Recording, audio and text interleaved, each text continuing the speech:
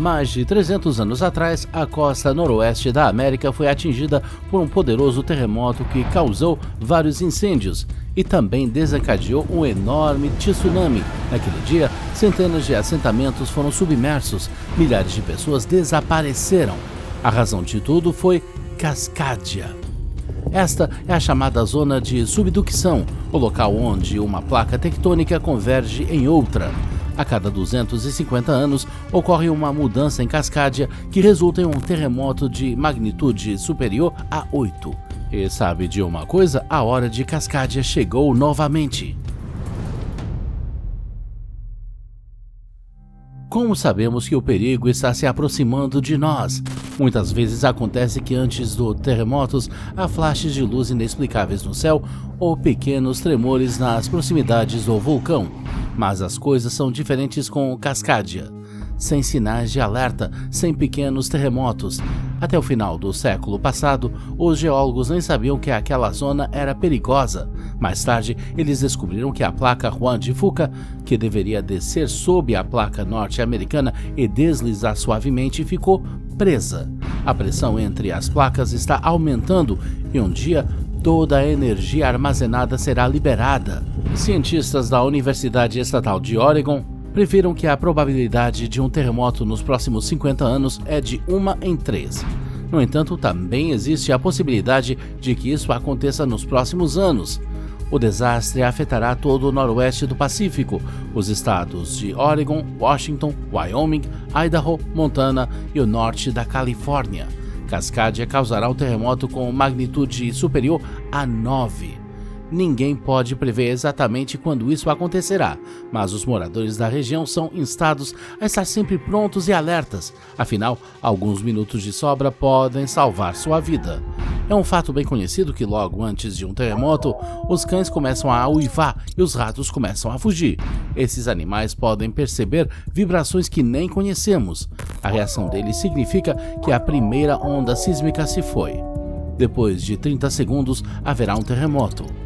Moradores de Montana e Wyoming, os estados mais distantes de Cascadia, terão cerca de 6 minutos para viajar o mais a leste possível. Definitivamente, eles não deveriam se mover para o outro lado. Lá, a borda da placa descerá, criando um tsunami de 960 km de comprimento que se moverá a uma velocidade de 19 km por hora.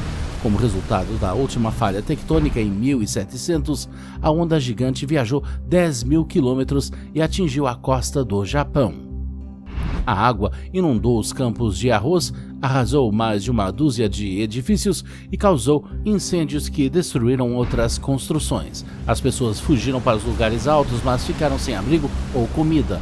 Os japoneses o chamaram de tsunami órfão, porque ninguém entendeu o que o desencadeou. Mas desta vez não haverá tempo para imagens românticas.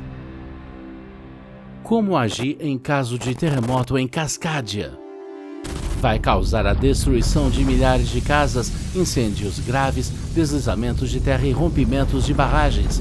As autoridades incentivam todos os residentes a seguirem as chamadas 2 semanas prontas, ou seja, cada família deve ter um conjunto de alimentos, roupas e remédios essenciais para viver em condições extremas por 2 semanas e aguardar a assistência ou evacuação necessária.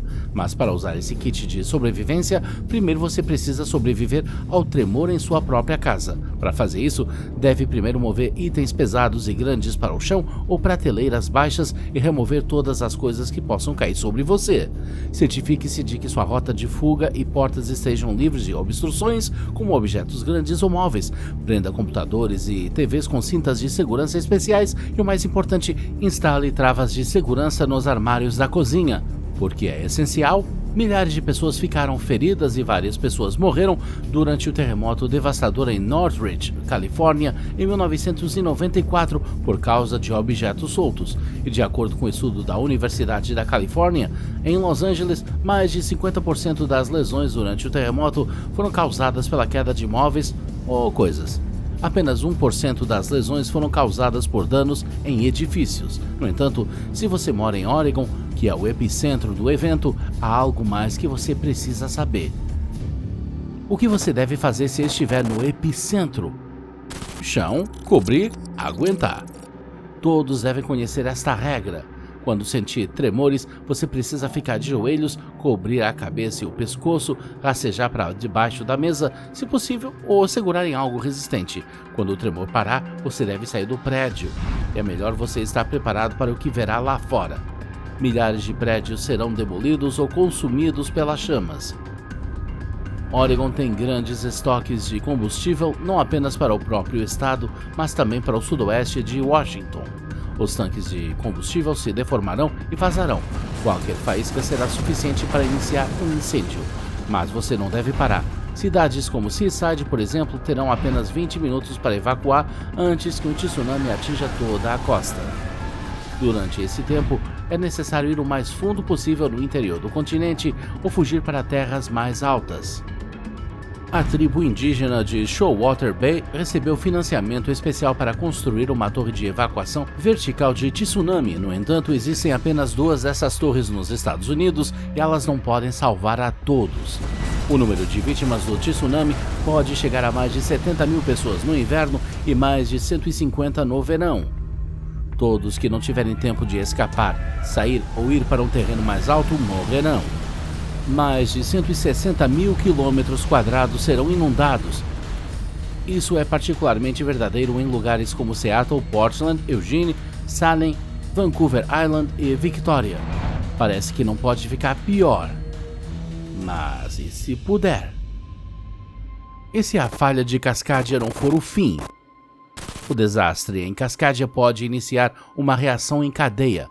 Você provavelmente já ouviu falar da falha de San Andreas, uma falha de transformação continental entre a placa do Pacífico e a placa norte-americana, estendendo-se aproximadamente 1.200 quilômetros. Corre ao longo da costa da Califórnia, principalmente por terra. San Andreas causou muitos terremotos que atingiram uma magnitude superior a 9.